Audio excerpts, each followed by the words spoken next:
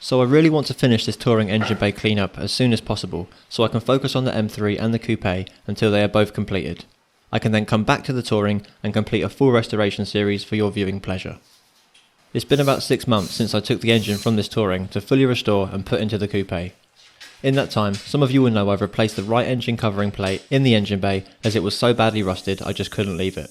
This is what it looked like just after the engine came out, and all of the ancillaries were still attached, hiding most of the rust. Before I can put everything, including the engine, back in, I need to sort out this rust hole near the battery tray. I poked this through by mistake off camera a while ago and really didn't want to have to deal with it because I couldn't get to the other side. Now that my welding has improved somewhat from knowing absolutely nothing, I feel confident enough to give it a go. I started by removing the paint and factory filler from the area.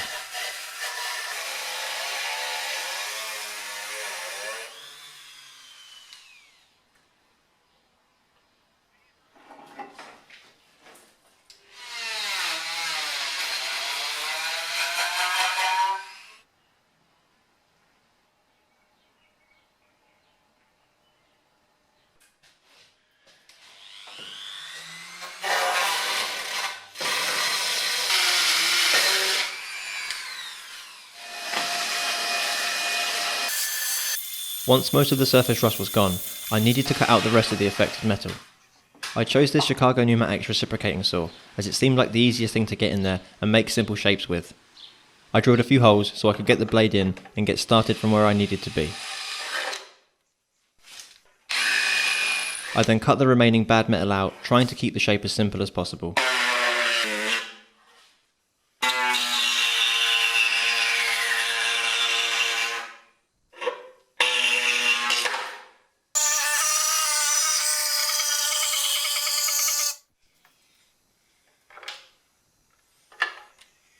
As you can see on the line I cut, there is no rust or imperfections.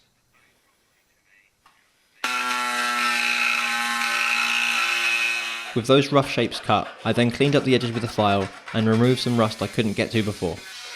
When this car is fully restored, the entire chassis is going to be dipped in acid to remove any and all of the rust hiding in places like this.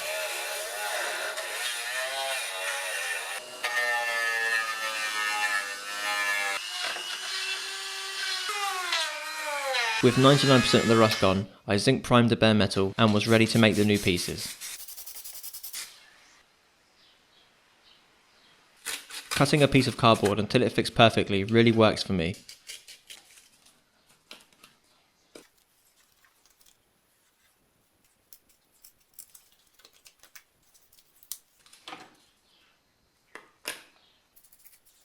When they are finished in cardboard, I transfer them over to metal and cut them on the line for an almost perfect fit first time.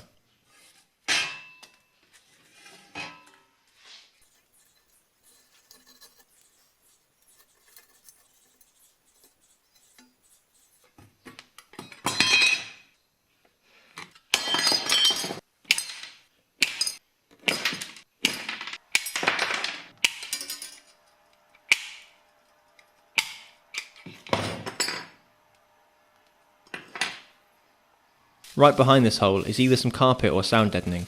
I'm not sure which, but either way I was worried about starting a fire. So I put some foil in there as a little welding shield, before welding the 2 holes in between the big pieces.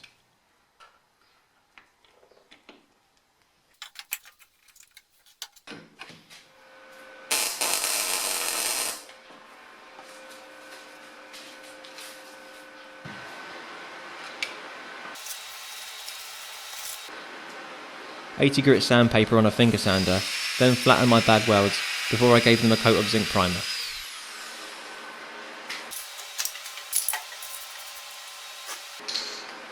I could then add the first of the 2 pieces. I was quite happy with how this fit, a good 1mm line around the whole thing.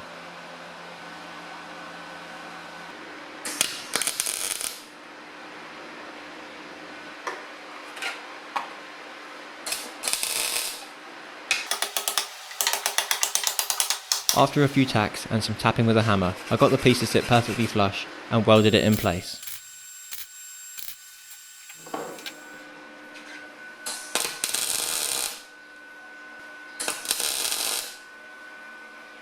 My welds are still pretty high and it takes forever to grind them down. but it's good enough for now, and I'll cover this in filler to smooth it out.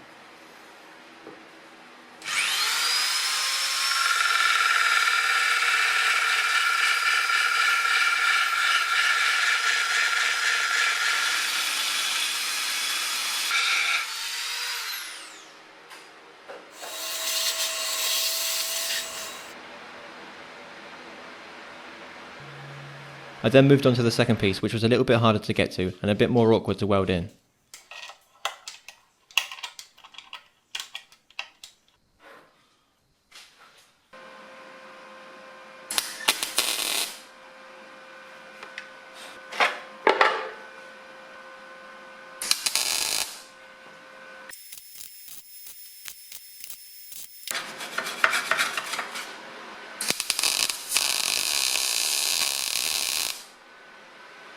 Again, pretty awful, but it's there and it's watertight. I ground it down and cleaned up the area ready for filler.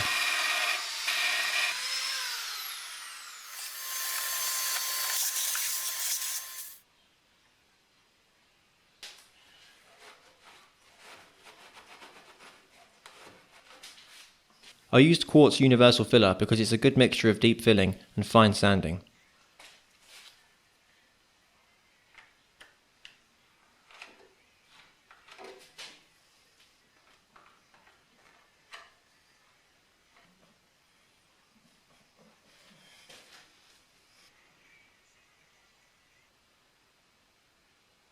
Whilst I was waiting for that to dry, I was just staring at the engine bay longingly, and I couldn't help but notice how different the left-hand side was compared to the right. During the last episode on the touring, I thought I'd run out of the base coat I got from the UK, so I got some from a place local to me, and it looks as if they don't really match. You can actually see the difference on the side of the cans. I decided I was going to paint the whole engine bay again all in one colour. Even if it didn't match the rest of the car perfectly, it would still satisfy my mild OCD for now. Once the filler was fully dry, I then flattened it with 40 and 80 grit sandpaper.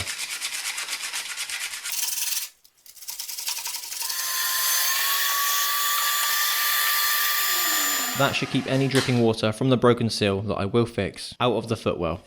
Before I could spray the whole engine bay, I needed to key the lacquer with 800 grit sanding pads. I decided it would be a great idea to remove the left fender so I could more easily mask and paint the engine bay. All I was actually doing was opening more cans of worms that I really should be leaving for the full restoration. I just can't help myself. To remove the fender, I needed to remove the mud flaps and the wheel arch cover.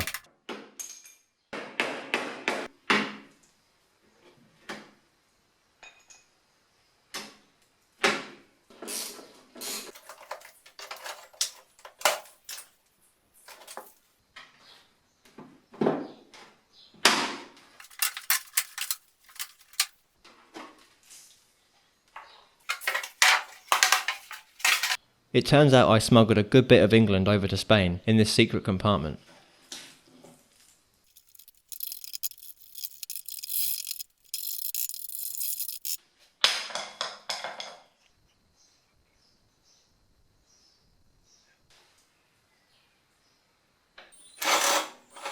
A few more bolts and the indicator were the only thing holding the fender on.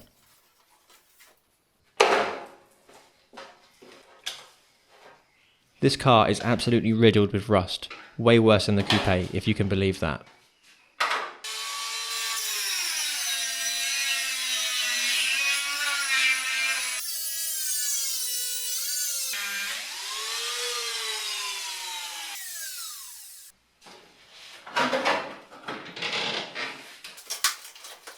After a lot of cutting and drilling, I eventually got it to come off, along with this thing on the front. I'm not really sure what it is.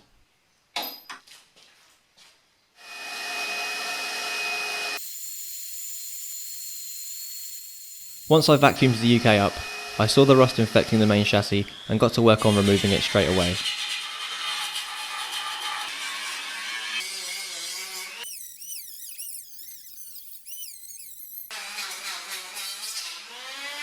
This sometimes feels like a bit of a half job, but I have to keep reminding myself this was just meant to be an engine bay cleanup, with soap and stuff. It's got a bit out of hand, hasn't it? With the rust gone and the primer dry, I gave the whole body a wipe down with quartz silicone remover to get it ready for paint. I masked the entire car with a car sheet and carefully wrapped the things left in the engine bay.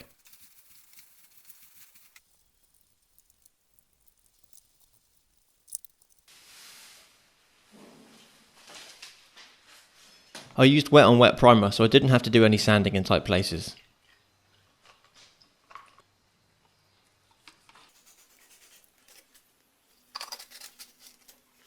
I gave it 2 coats of primer and cured it with the lamp.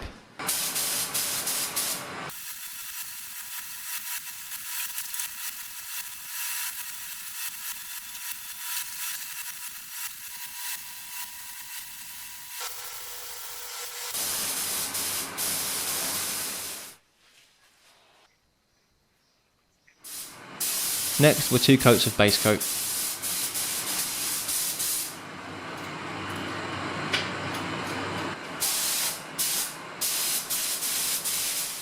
And finally 2 coats of Quartz Crystal Clear.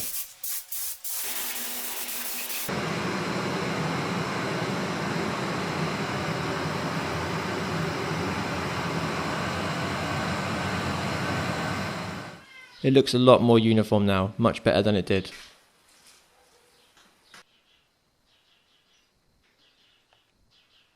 Once it was completely dry, I removed the masking.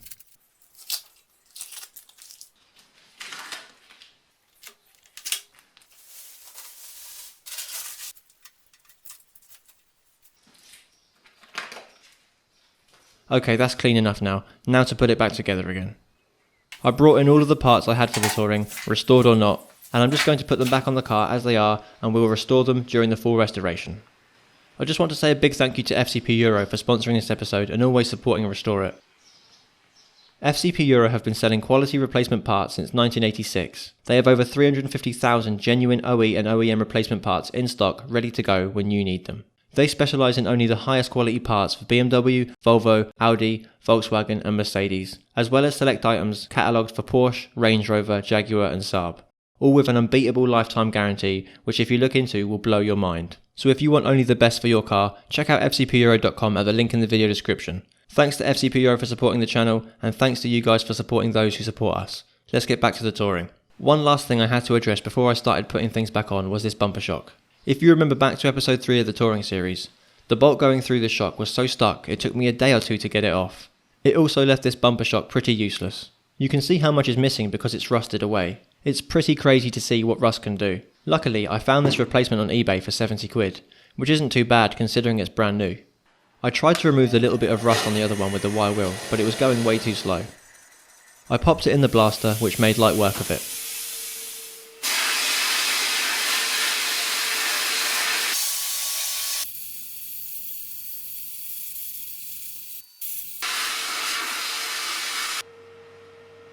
I then gave it 2 coats of primer and base coat to finish it off.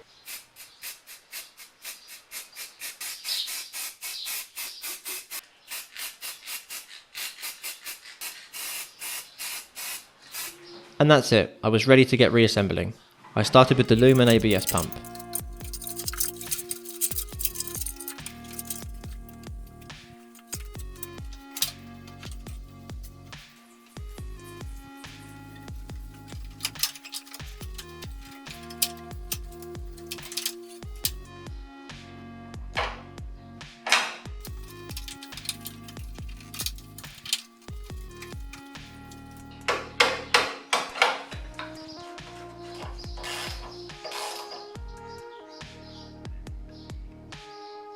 I then added both of the bumper shocks.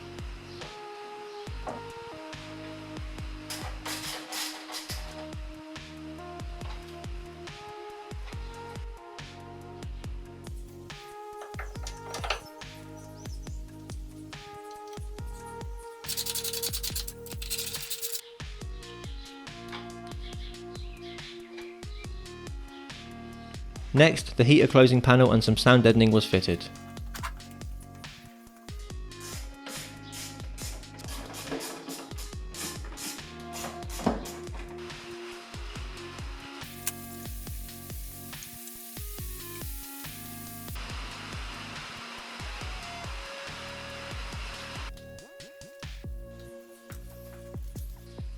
The coil and clutch reservoir were bolted in.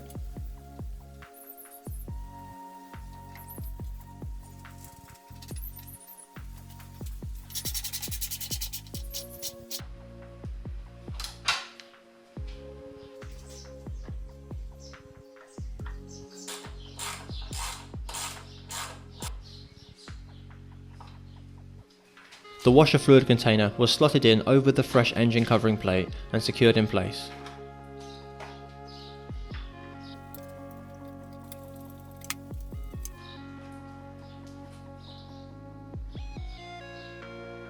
I hooked up the ABS pump to the brake lines using my new brake line spanners, which I now realise are a must-have.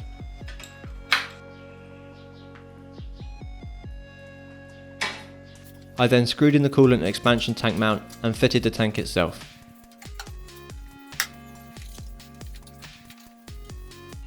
This clamp holds the main connector coming from the fuse box in place.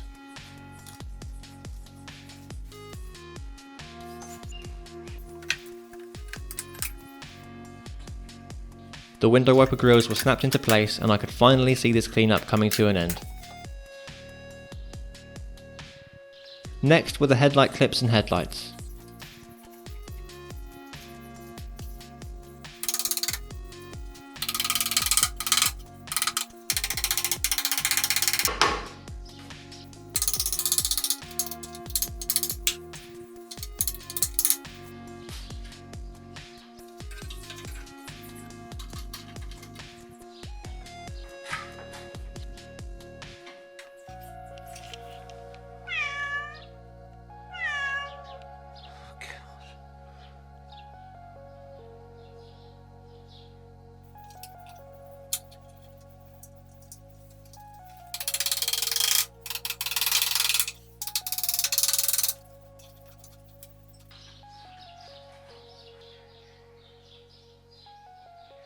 Next were the 3 front grills. I have new clips coming for these grills as the old ones were a bit worn out.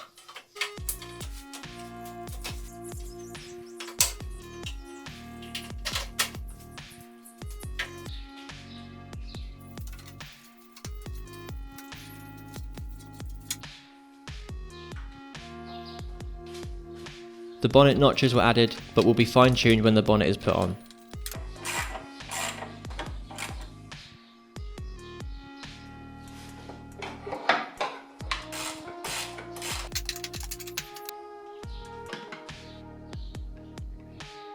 The brake reservoir was then secured in place with a nut.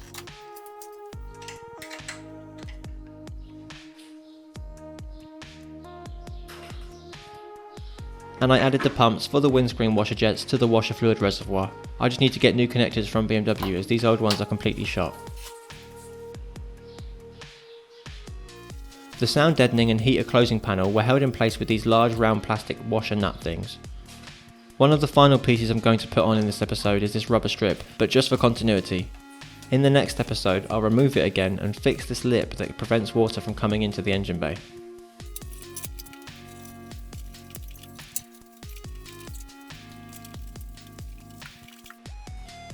If anybody knows what this thing is, please do let me know down in the comments.